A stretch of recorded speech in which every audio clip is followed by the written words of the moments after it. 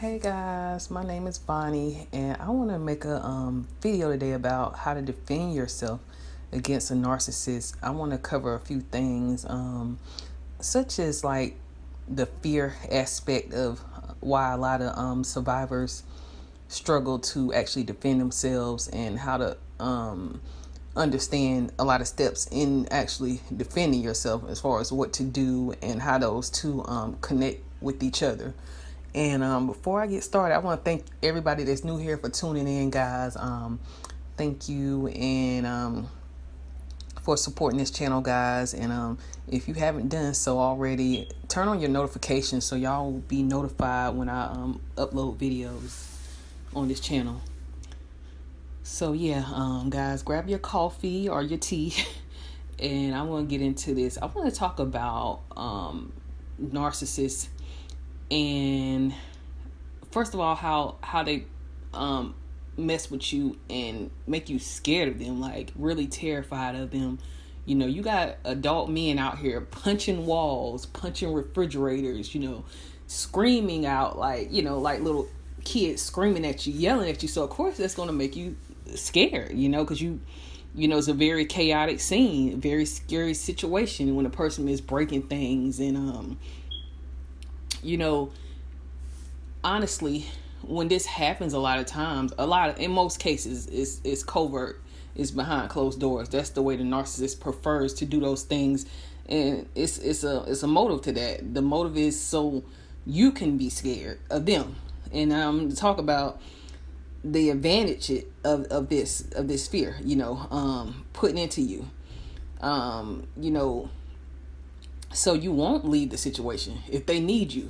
You see how that plays out? It's like a chess move, narcissists may need you for a variety of reasons, any situation it could be. We all have so many different dynamics, but some of the basic situations may be, if you are the one that is more successful, they may need a place to stay. So they may have that anger and put a lot of that. They are already filled with a lot of rage and anger, and they don't know how to regulate that, so they carry it out and they go really, really rageful. It's a really scary thing if you ever seen it, and it just shuts you down. It shuts you down emotionally and mentally. You don't even know what to do, because it's one of the scariest things you'll ever see when a narcissist is going off. And the reason, like I said, they do this, they know that you are scared. The look on your face, they know. So they are controlling you, basically. So you won't leave them, you won't kick them out of the house, or you won't take them to court to fight for your children. I mean, they want you to be afraid of them in many cases, so you won't leave the situation, and they do this so tactfully, so skillfully and calculated. Like I said, it's covert, it's hidden, a lot of times, unless they really are flying off and they have to do it in front of other people. They do what they have to do, just depend on the situation. But it's just interesting how they can operate like that, and really put that fear into you. The tenseness in your body changes. Your muscles are tense, you scared as crap of them. And a lot of this is done, like I said, so you won't tell on them.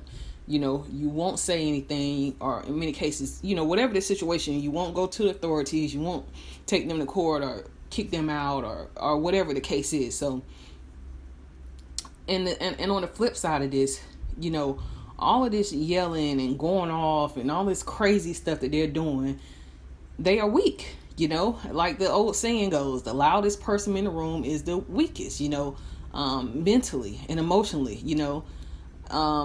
Especially narcissistic men, a lot of your family members or guy friends are sitting there and laugh like, this small little guy, he does all that. I don't understand why you're so scared of him. Everybody's trying to figure out, this little guy, you're scared of him, really.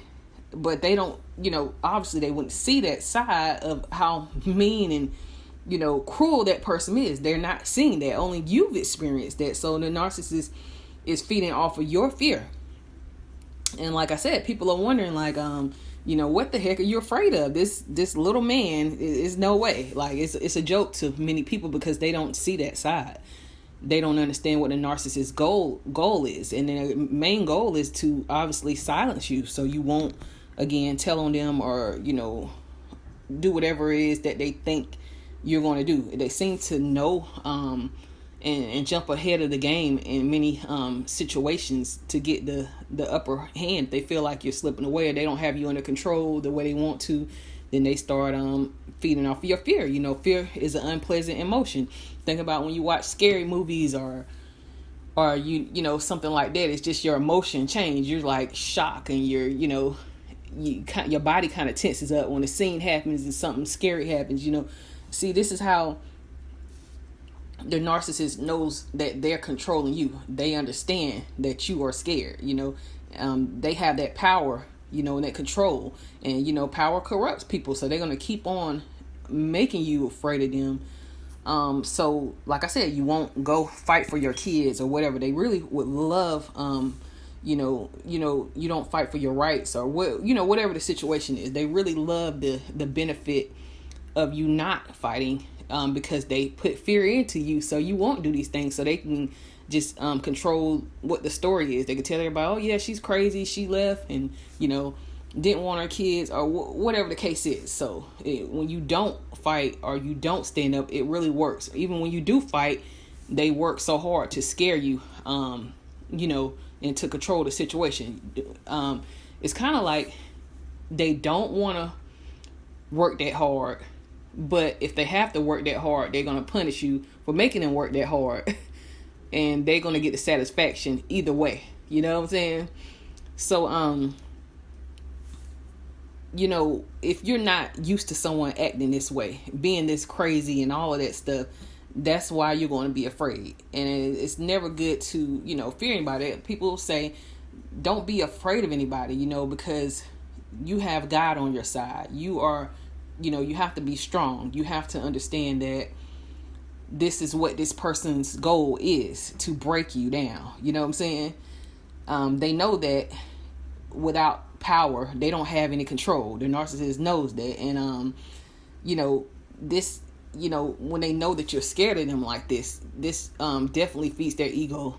They enjoy it. I remember I went to court against the narcissist in my situation a few years ago, and I was upset at the court case, but for some reason I should have been paying attention to this narcissist, because this type of narcissist is what we call a malignant narcissist in this community. So I should have been paying attention, but for some reason it just was out my mind. But anyways, after I left the courthouse, this guy is literally waiting outside the courthouse for me, and I'm like, oh my God, I already knew he was a stalker, but just years later, because my case is so old, you would think that they changed. That's how you know that these programs and stuff that the court send them to and stuff don't work, because they're still going to stalk you, they're still going to spy on you. I'm like, oh my God, he just wanted to wait outside for me just to show me ha, I beat you in court, I got some supply,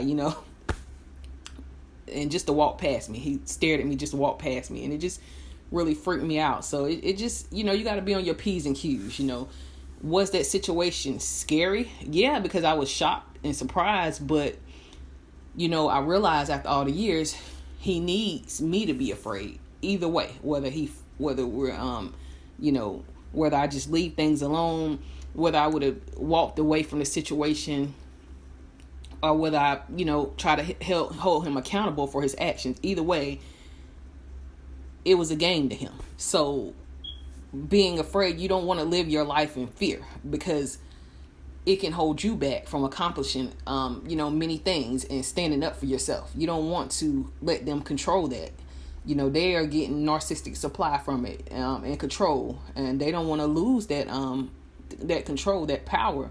So that's why they put all that fear into you, play all those games, and do the things that they do. So either way, even if you were to disappear out your kid's life, or just go away and not fight them, they would still enjoy the outcome, because they get to control the narrative.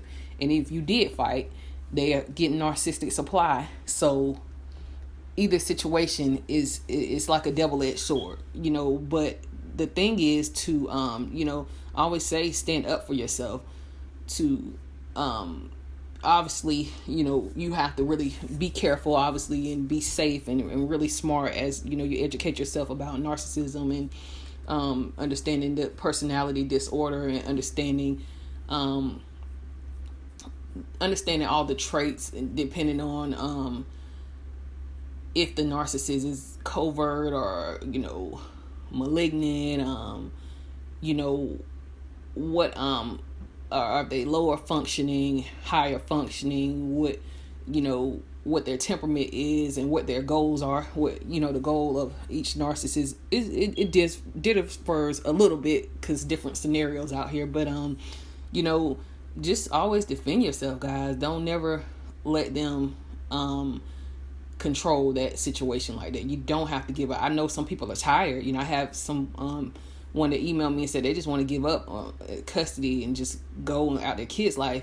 But your kids are going to resent you, if you let the narcissist, whatever, get custody and you don't fight. Your kids are going to resent you. They're going to be abused. And I know that you guys won't be able to sleep at night if that happens to your children, or, standing up for yourself. You always got to stand up because narcissists are going to abuse somebody else. And it may, you just have to stand up for yourself. They're always going to abuse people. And, but yeah, just make sure, like I said, you communicate with them and just set clear boundaries. They hate that. Because they prefer to, they'll do anything that they got to do to make you break your boundaries down. They'll even act fake nice, maybe get you a gift or maybe apologize or just start seeming to do kind things. But you have to make sure your boundaries are clear and strong.